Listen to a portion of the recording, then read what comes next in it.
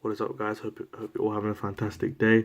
And today I want to make a video talking about a series that I just finished the third volume of and thought it was absolutely amazing.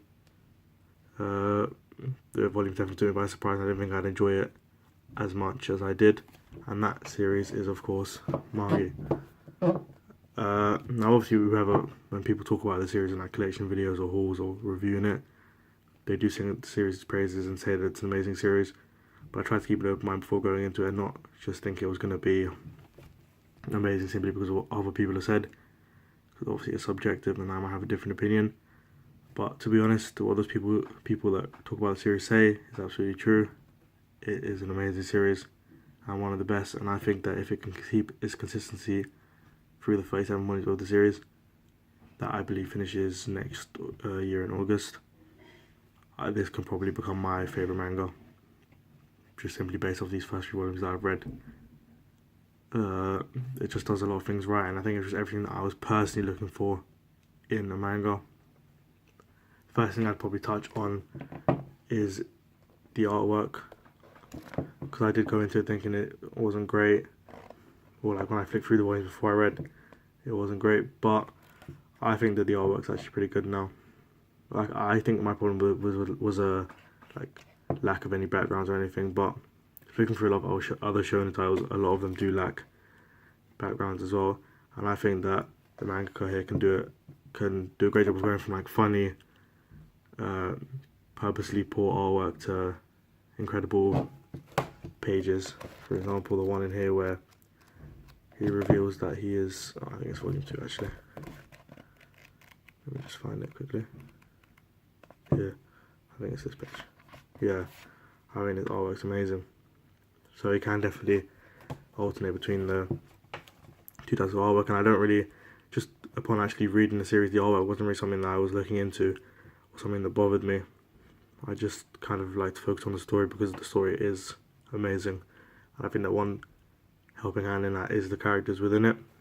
Aladdin and Alibaba are very interesting protagonists.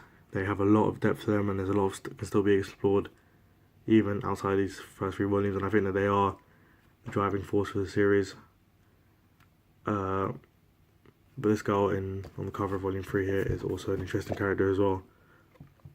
Probably the third best character in the series, but I think the other two are the kind of driving force for plot and the story because I just think that they have a lot of development to be had and a lot of interesting things to be said about them. But I think that what's even more impressive is that I do care about a lot of the side characters as well.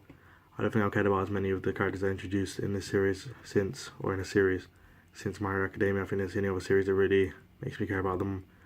The very minor characters that are introduced, I think this does the same kind of thing. Maybe Naruto to a certain extent, but obviously with Kishimoto, an issue that I've talked about a bit is that he kind of gives their characters only one time, one moment in the spotlight, and doesn't really go back to them any other point. Just judged by the fact that we meet two characters in the first volume that we don't see all in the second, and only see at the end of the third one, just means that, or just gives me faith that no characters will really be left behind and they'll always be coming back to them. But obviously in a long series, like 37 volumes, which the series is, there might be some characters that are left in kind of behind, but I'll have to see when I obviously come around to reading the full series. But so far, character-wise, it's looking good. I'm enjoying all the characters. There's no characters that I find annoying or kind of out of place. All the characters I do find annoying they're purposely supposed to be like that because they're villainous or evil. Another thing that I didn't think I'd enjoy when going into this is that it's all people have said that the series is reasonably political, and like some of the fights are resolved like without any action and just kind of through talking, and that happens once in these first three volumes. But I actually really enjoyed that. I think the confrontation of words was actually pretty interesting and powerful, and it's kind of just different from the classic shonen fights, and I think that's what kind of intrigued me into it and made me interested in that. So I don't really, if it happens again in the future, I'm not going to be like annoyed by it or not enjoy it, because this example of it was actually really good and I really enjoyed that. So yeah, I think that the art and characters are two things that I was kind of, all the fights and the art were two things I was kind of worried about going into it. But I think that there's a good job of, like, they've done well on this and handled well, and the characters kind of just add to the quality, because the story as well is something, even without the characters, that would interest me. It's not something that you see a lot in manga, and there's not really a lot of manga focusing on this time period and these characters. And I think that it's handled very well.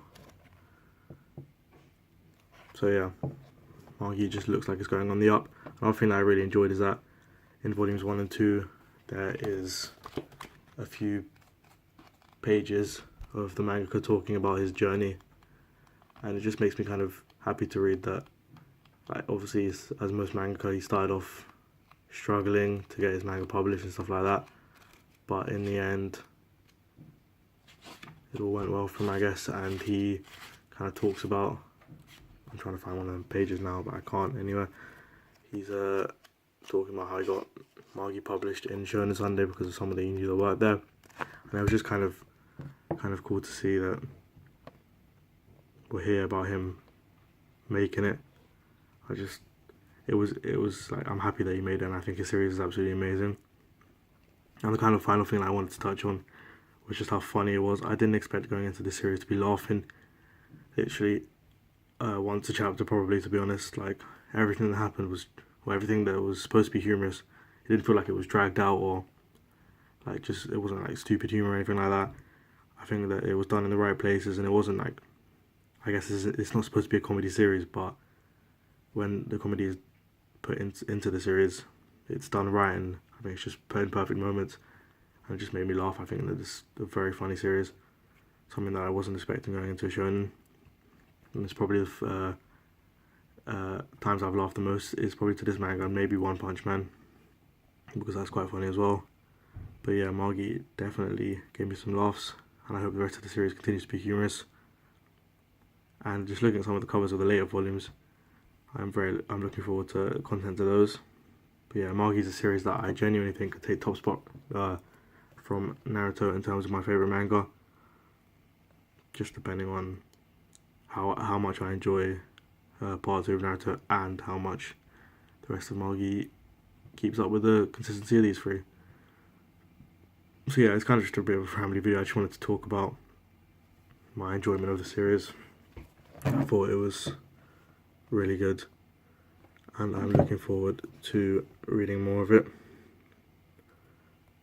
If you have read MAGI, like, without spoilers, just tell me what you thought about it, if you do think it was a good series, or if you didn't, like, kind of why, without, again, trying to avoid spoilers, but why you thought, or you didn't really enjoy it. But yeah, the future's looking good for this series.